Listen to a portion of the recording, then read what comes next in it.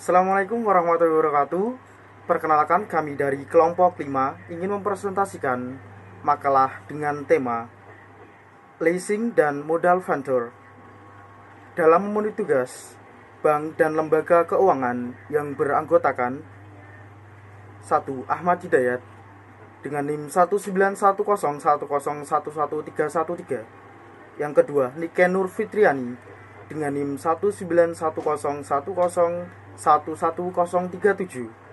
Yang ketiga, Fatma Ambarsari dengan NIM 19101011317. Yang keempat, Marta Ayuning Tias dengan NIM 19101011316.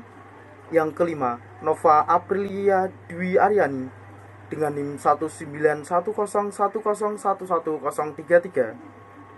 Yang keenam, Rani Aulia Agustina dengan NIM 19101011022. Dan yang terakhir, Yulanda Maretasari dengan NIM 191011030. Langsung saja yang pertama, perkenalkan, nama saya Ahmad Hidayat dengan NIM 1910110111313.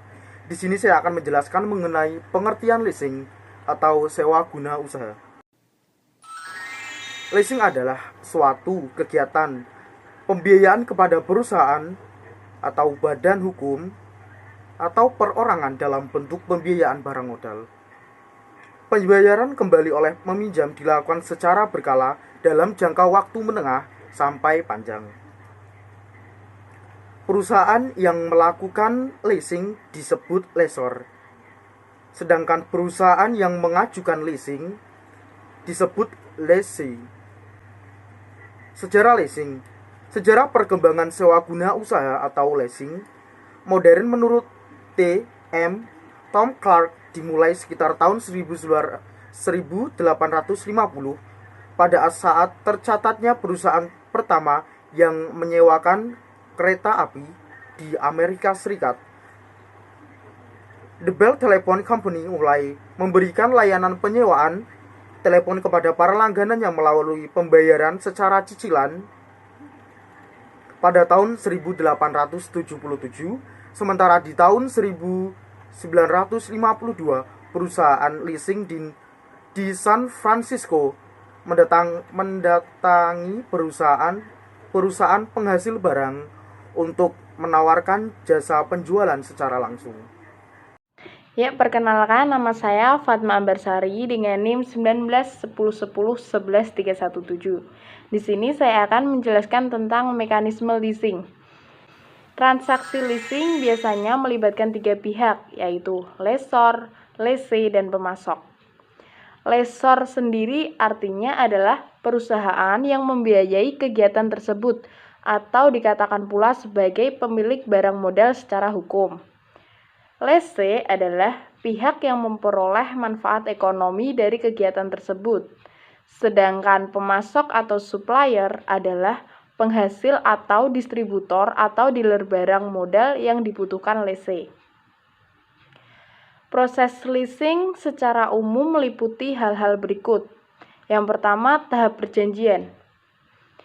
Tahap perjanjian sendiri ada 3, yaitu pertama, calon lessee melakukan negosiasi dengan pemasok tentang barang modal yang diperlukan, meliputi harga, masalah garansi, perawatan, dan sebagainya.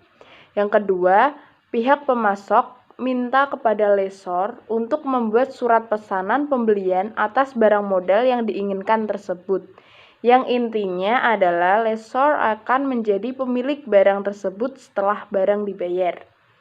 Yang ketiga, pihak lessor membuat perjanjian leasing dengan pihak lessee atas barang tersebut. Yang intinya, lessee adalah pemilik ekonomis barang tersebut dan bertanggung jawab atas pemeliharaan, asuransi, dan pengoperasiannya. Yang kedua adalah pricing, menyangkut biaya yang harus dibayar oleh lessee, yaitu pertama, fee, manajemen fee, komitmen fee, dan sebagainya. Biasanya berkisar 1% yang akan dibebankan pada lessee. Yang kedua, bunga kredit.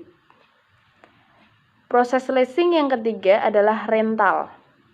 Rental yang akan dibayar oleh lese diperhitungkan atas bunga kredit dan cara pembayaran sewa di depan setiap bulan sewa atau di belakang.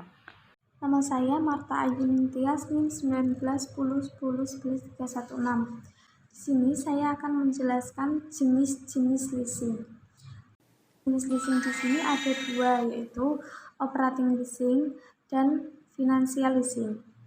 Yang pertama, operating leasing adalah usaha leasing di mana pihak lease hanya membayar sewa pembiayaan atau rental sesuai perjanjian, tanpa diikuti dengan pemilikan atau hak opsi barang modal tersebut oleh lease pada akhir masa perjanjian.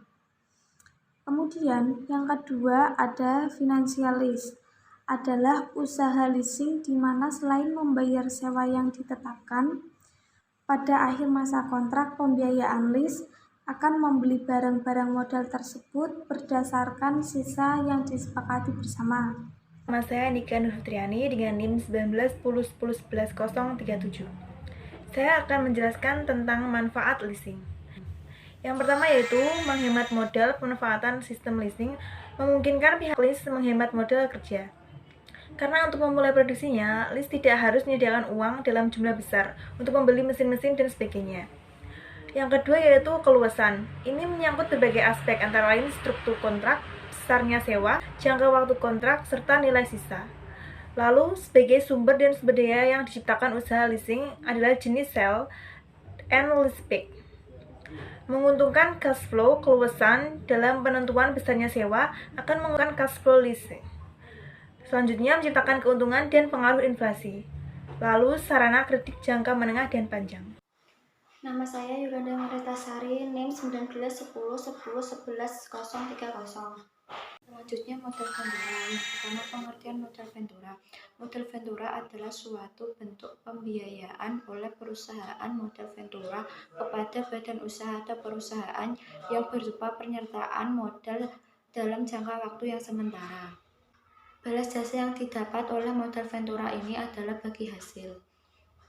Jika perusahaan yang dibiayai perusahaan pasangan usaha atau PPU untung dan berbagi beban jika rugi. Perkenalkan, nama saya Nova Apria Dwi Andriani dengan NIM 19100111033. Di sini saya akan menjelaskan materi tentang sejarah modal ventura. Munculnya konsep pembiayaan dengan modal ventura antara tahun 1920 sampai dengan 1930. Pada saat keluarga-keluarga kaya di Amerika Serikat seperti Ford, Rockefeller, Paison, dan lain-lain membentuk suatu pendanaan. Pendanaan ini diarahkan untuk menolong usaha individu yang sedang membutuhkan modal untuk kegiatan investasi potensial, dan kegiatan ini terus-menerus berkembang di seluruh dunia, termasuk di Indonesia yang dikenal sebagai usaha modal ventura. Nama saya Rani Aulia Agustina, NIM 19 10 10 11 022. Saya akan melanjutkan penjelasan dari teman saya. Selanjutnya tentang mekanisme modal ventura. Mekanisme modal ventura yaitu bantuan yang diberikan oleh perusahaan modal ventura meliputi dua bentuk, yaitu bantuan dana dan bantuan manajemen. Berdasarkan pemahaman tersebut, pembahasan mekanisme pembiayaan ini akan meliputi prinsip bantuan yang diberikan, tahap atau saat perusahaan pasangan mulai menerima bantuan modal ventura, bentuk bantuan dana yang diberikan, bentuk kesepakatan antara perusahaan modal ventura dengan perusahaan pasangan usaha, dan cara divestasi. Selanjutnya tentang tujuan modal ventura. Yang pertama yaitu untuk mengembangkan suatu proyek tertentu, misalnya proyek penelitian, di mana proyek ini tanpa memikirkan keuntungan semata, tetapi lebih bersifat pengembangan ilmu pengetahuan. Yang kedua, pengambilan kepemilikan suatu perusahaan. Yang ketiga, kemitraan dalam rangka pengentasan kemiskinan.